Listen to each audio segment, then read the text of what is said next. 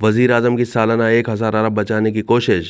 Committee میں کون کون شامل، سفارشات پر عمل مشکل کام۔ وزیر اعظم شہباز شریف کی جانب سے اپنی گزشتہ حکومت کے دوران تشکیل دی گئی اعلیٰ سطح کی کمیٹی نے سالانہ 1000 ارب یعنی 1 ٹریلین روپے کی بچت کے لیے کفایت جاری کے جامع اقدامات تجویز کیے تھے، لیکن اس کمیٹی کی بیشتر تجاویز کو نظر انداز کر دیا گیا تھا۔ اچھی ساکھ کے حامل ریٹائرڈ بیوروکریٹ ناصر محمود کھوسہ کی زیر قیادت اس کمیٹی میں 15 ارکان تھے۔ وزیر اعظم نے بدھ کو 7 رکنی کمیٹی تشکیل دی، جسے ذمہ داری دی گئی ہے کہ وہ حکومتی اخراجات میں کمی کے لیے عملی منصوبہ تجویز کرے۔ دلچسپ بات یہ ہے کہ 7 رکنی کمیٹی کے اکثر ارکان اسی سابقہ کفایت شہری کمیٹی میں بھی شامل تھے، جس کی تجاویز کو نظر انداز کر دیا گیا تھا۔ نئی تشکیل دی گئی کمیٹی کی صدارت ڈپٹی چیئرمین پلاننگ کے پاس ہے، جبکہ دیگر ارکان میں سیکرٹری خزانہ، سیکرٹری کابینہ ڈویژن، سیکرٹری صنعت و پیداوار راشد محمود لنگڑیال، کیسر بنگالی، ڈاکٹر فاروق سلیم اور محمد نوید افتخار شامل ہیں۔ پچھلی کمیٹی نے 2023 کے اوائل میں اس وقت کی حکومت کو اپنی رپورٹ پیش کی تھی۔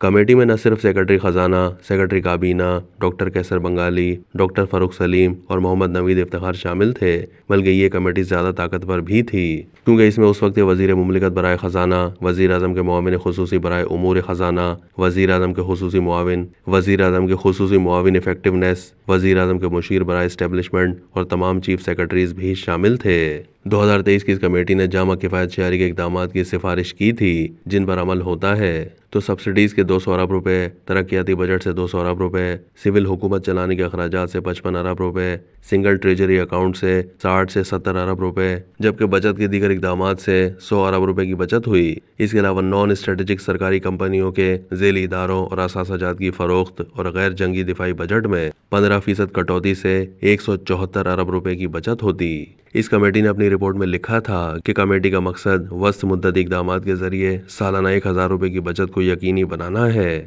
کمیٹی نے یہ رپورٹ پی ڈی ایم کی سابقہ حکومت کے وزیر اعظم شہباز شریف کو پیش کی تھی، جنہوں نے اس کمیٹی کی بیشتر سفارشات کو نظر انداز کر کے کچھ حصوں پر عمل کیا تھا۔ سابقہ کمیٹی کی رپورٹ کے اختتام میں لکھا تھا کہ سفارشات پر عمل مشکل کام ہوگا، لیکن ملک کے مالی حالات کے پیش نظر ضروری ہے کہ معاشرے کے تمام طبقات، بالخصوص جنہیں سرکاری فنڈز دیے جاتے ہیں، کفایت شہری کی کوششوں میں اپنا حصہ ڈالیں۔ کمیٹی کی بہت سی سفارشات کو فوری طور پر نافذ کیا جا سکتا ہے، جبکہ دیگر کو درمیانی مدت میں لاگو کرنے کی ضرورت ہوگی۔